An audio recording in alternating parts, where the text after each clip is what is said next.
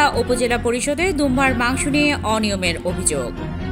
কুমিল্লা উপজেলা পরিষদে গরিব ও দুস্থ মানুষের জন্য বরাদ্দকৃত ত্রাণের দুম্বার মাংস বিতরণে অনিয়মের অভিযোগ উঠেছে। ঘটনাটি ঘটেছে বুধবার রাত ৮টার দিকে কুমিল্লা জেলা পরিষদে। অভিযোগ রয়েছে, নির্ধারিত সুবিধাভোগীদের না দিয়ে স্থানীয় কিছু প্রভাবশালী ব্যক্তি ও পরিষদের কিছু কর্মকর্তা কর্মচারী নিজেদের মধ্যে ওই মাংস ভাগাভাগি করেন বলে জানা যায়।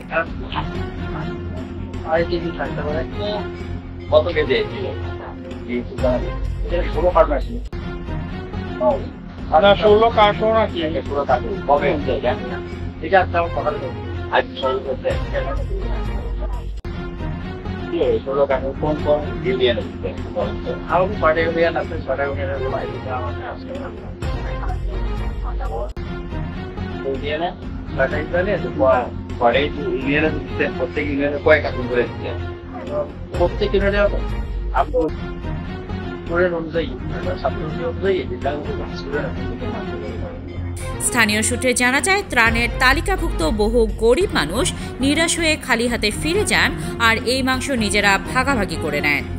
অথচ ওই সময় পরিষদের ভেতরে কয়েকজনকে মাংসের প্যাকেট নিয়ে যেতে দেখা গেছে, তবে অফিস টাইম না হওয়ার কারণে আমরা কাউকে চিনতে পারিনি। এ নিয়ে কিছু মাদ্রাসায় যোগাযোগ করলে তারা জানান, ইসলামিয়া মাদ্রাসাতুল উমুল মাদ্রাসা না ভাই,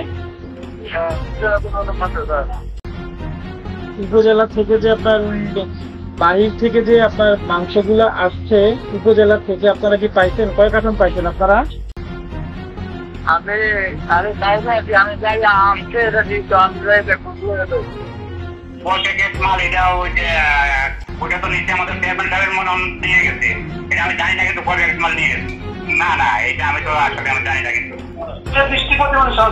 আচ্ছা, আপনাদের যে গতকালকে উপজেলা থেকে কয় প্যাকেট মাংস পাইছিলেন?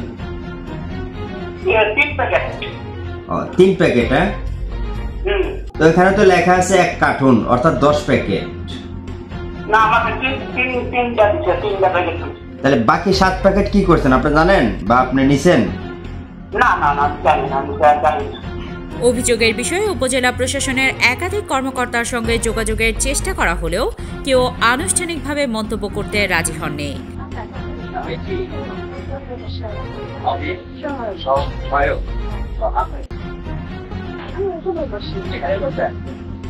কত প্যাকেট আসছিল মাংস?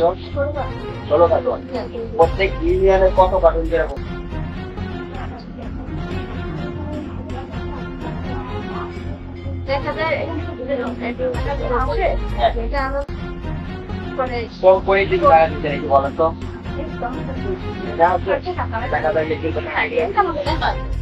এবং তাদের সাথে মুঠোফোনে যোগাযোগ করলেও যোগাযোগ করতে পারেনি। এ ঘটনায় সুশীল সমাজের মধ্যে তীব্র ক্ষোভ ও প্রতিবাদের ঝড় সৃষ্টি হয়েছে। তারা বলেন, এ অনিয়মের সুষ্ঠু তদন্ত করে দায়ীদের বিরুদ্ধে শাস্তিমূলক ব্যবস্থা নেওয়ার জোর দাবি জানিয়েছেন। মোহাম্মদ রেজা, কুমিল্লা ক্রাইম বার্তা।